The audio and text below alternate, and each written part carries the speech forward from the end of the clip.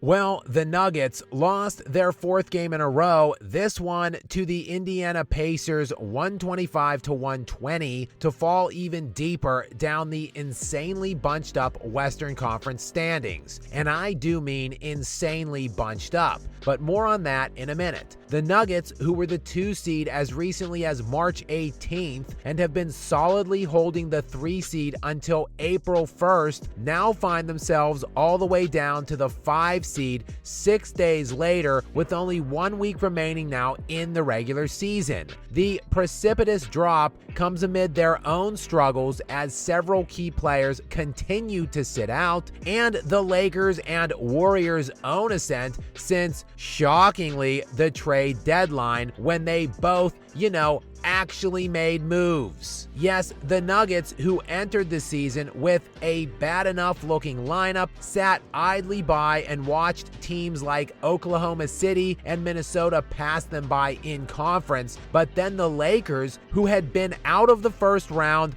only once since winning their title in 2020, along with the Warriors, who were 25-26 at the trade deadline in February, improved their teams significantly. 2 teams far below the pecking order to the admittedly subpar Nuggets and their trash lineup, but lifted by the historic excellence of Nikola Jokic. Yes, Jokic owned both the Los Angeles Lakers and Golden State Warriors. He had won 14 of 15 games against the Lakers prior to the trade deadline, while he had won 9 straight against Golden State. But since the Lakers got Luka Doncic and the Warriors got Jimmy Butler, both of those teams have also now passed up Denver in the Western Conference hierarchy. This as, again, the word I would use is shocking that the Nuggets' own out-of-shape, injury-prone, overpaid loser Jamal Murray continues to be unavailable. Yes, you guessed it, shockingly, right as we head into the playoffs. But last night wasn't just the 5th straight game he had missed. Before tip-off, head coach Michael Malone indicated that there is now some doubt as to Jamal's availability for when the playoffs do begin.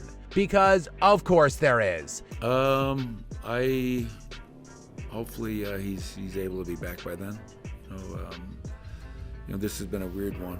It was day to day, and the next thing you know, it's not day to day. So since the ascension of Nikola Jokic 5 years ago, when he won his first league MVP at the age of 25, Jamal Murray has missed 2 entire playoff runs out of those 4 seasons, and then had his well-publicized struggles throughout last year's 2024 playoffs due to, shockingly, injury. And now he promises to again be either unavailable or limited for this playoff run as well. That would be 4 of the 5 years of Jokic's pure prime squandered by his second-best players in availability.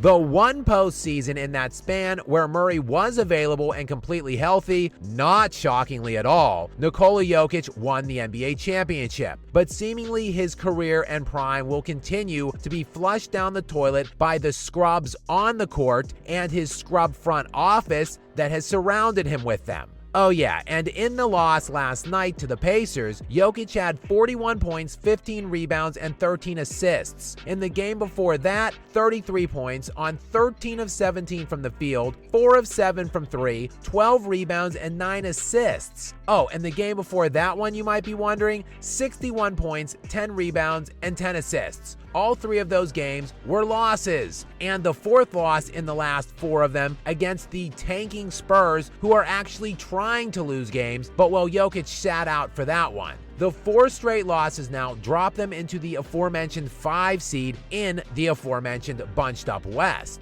The 1 and 2 are out of play at this time, as the Thunder have absolutely run away with the West at the top spot, and Ime Udoka, who should be the NBA's Coach of the Year, has solidified the Rockets' hold on the 2. While the Lakers have risen all the way into what seems to be a pretty firm grasp on the 3. Again, thank you, Luka. But the 4 through 8 seeds are anyone's guess. We are talking about the Nuggets, Clippers, Warriors, Timberwolves, and Grizzlies, 5 teams essentially all tied with 6 days to go in the regular season. 2 of those teams will play each other in the 4-5 round. 1 will play the Lakers in the 3-6. The other 2 will have to play in the play-in tournament to even qualify for the rights to play Houston, which, no offense guys, will be the massive carrot in the first play-in game between the 7 and 8 to avoid having to play the Oklahoma City Thunder in the first round, as that will be the task charged to whoever comes out as the 8th seed in that play-in tournament, which will be played out the week of April 15th.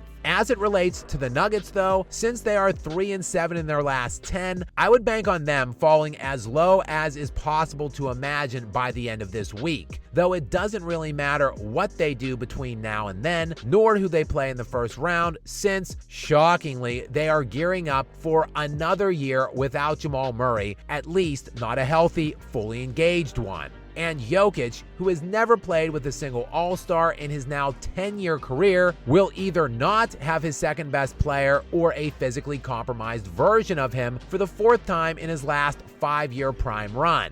Arguably one of the 2 to 3 best 5-year primes we have ever seen, with very little to show for it.